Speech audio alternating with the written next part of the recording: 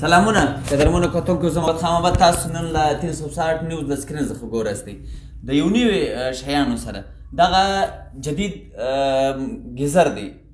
دغه ګیزر دلته اوبه راځي سړې دلته به وځي ګرمي هیټر دی دا د ډوډۍ د پخېدو دپاره نه وي طبخی یا موږ تنور ورته ویلی سو نږې بټۍ تاسو ډېر په اسانه په کور کې په ډېر لنډ وخت کې تاسو خپله ډوډۍ پخولی ساستئ خو زما نه دي دا د مولانا دي د نور تفصیل لپاره ویډیو وګوره خبره وکړه چې نوی شی راغلی دی بالکل زموږ علاقه خو غریبه علاقه ده پسمانده علاقه ده نو په کورو کې دا ټیم لرګیان هم ډېر ګران دي او د لرګیو قلت هم دی له دې څخه خاص یوه د درختو کاټول چې کوم دی دا د ملک دپاره هم د ماحول دپاره هم مناسب نه دي د هغه دپاره موږ دغه نوی شی راوړی دی چې په بجلي باندې چلیږي په ډېر کم وخت کې ډېره ډوډۍ تیاروي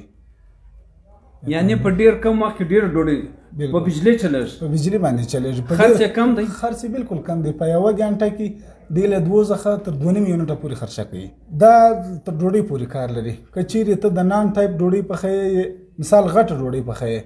زیات سر څونه غټه ډوډۍ هغه له 1 منټ څخه تر 2 منټه پورې پخوي عام طور زموږ په پښتنه علاقه کې نرم ډوډۍ خلک خوښوي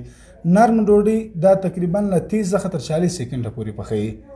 چې یعنی 30-40 سکنډ معنا چې ته یوه ډوډۍ تیاروې هغه چپاتي وي هر شی چې وي چې ته هغه هواروې دا بله ډوډۍ ستا تیاره ده یعنی کم کار چې ته پر طبخي باندې کوې کم کار چې ته پر طبۍ باندې کوې یعنی اوس د ډوډۍ دپاره چې کوم اسباب تیز اسباب استعمالیږي بالکل هغه قدر کار دی هم کولی شي که دا راته د دې ګرمان اچانک زر وي که څوکه څوکه ګرمش دا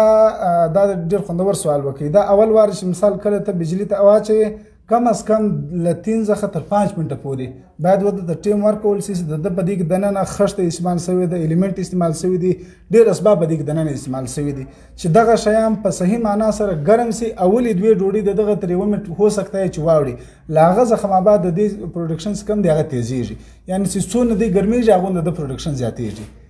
خو د دې دپاره پر دې باندې وهل کېږي ولې په دې کې مثال 2 سیسټمه دي له بالا له خوا څخه هم دا کار کوي له لاندې خوا څخه هم دا کار کوي کله چې دا باندې ووایي نو ډوډۍ یوه پکۍ نه کوي کله د یوه پکۍ وکړي نو له هغه سره خطره دا ستا ډوډۍ وسوځل شي کله چې ته دا ورکړي بیا ستا ډوډۍ مکمله کمره ښایسته خوندوره راځي هغه ته دلته هم باندې ورکولی شي لاندې چې کله ته ډوډۍ پر اچوي تر هغه له مخې هم باندې ورکولی شي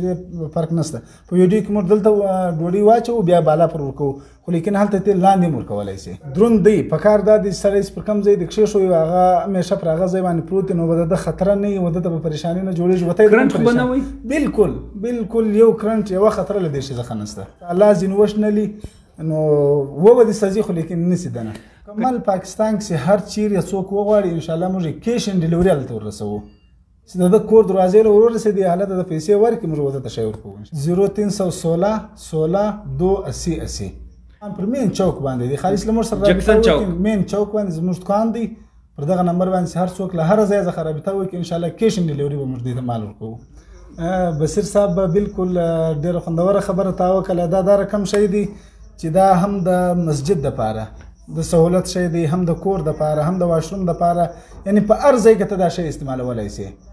یعنی د دې ضرورت هغه لکه مخکې ما خبره وکړه چې د لرګیو ضایع کوونکه یا دا بیا اوبه ګرموي بالکل دا له بالا له خوا څخه دلته اوبه ورلګېږي پیپ لګولی شي له دې خوا څخه سړې اوبه ورته راځي له لاندې خوا څخه به دې ته بالکل ګرمې اوبه درکوي په سکینټو کې چې لاندې له دې ځایه تر دې ځای چې اوبه راوځي ستا اوبه به ګرمې صرف بجلي ته ورلګونکه غواړي بجلی هم ډیره نه غواړي په ډیر کمه بجلی کم دا کار کولی شي اوبه بیا ستا خپله خوښه ده هلته د نټ تیزوي بالکل په دې کې ته لږ اوبه که چیرې ته غواړې چې زما اوبه ډېرې ګرمې په دې کې دلته کیمرامین که چیرې تا د ښکار کې دلته مختصر نټ دی دغه نټ ته اوبه تیزولی هم شي سلو کولی هم شي یعنې که چیرې ته ډېرې تیزې اوبه ایله کړې ستا اوبه به معمولي ګرمې که چیرې لږ اوبه ته ایله کړې ستا اوبه به ډېرې ګرمې یعنې دغه ګرمې اوبه بیا ته سټور کولی هم شي که بجلي نه وي نو تا سره به سټور اوبه وي په ډرم کې ته وروسته سټور کولی شي په هر شي کې سټور کولی شي قدرمندو سر منور په خلاص چې په دې کې به څومره اوبه وي په دې کې خو مال 1-2 ګیلاس راځي هغه جمیل صاحب چې تفصیلا بیان کړی و دلته بیا لګوي دغه داسې کوم سړی اوبه راځي دلته ډایرکټ ګرمېږي دا به بجلي ته لګېږي نو که باټلۍ وي ډرم هر څونه اوبه راتلی شي هغه ګرمې اوبه به وي نو را روان ژمی دی د ژمي دپاره ډېر سهولیت یا دا به هم جمیل صاحب له دې ښه سره تاسو ته تر کور دررسوي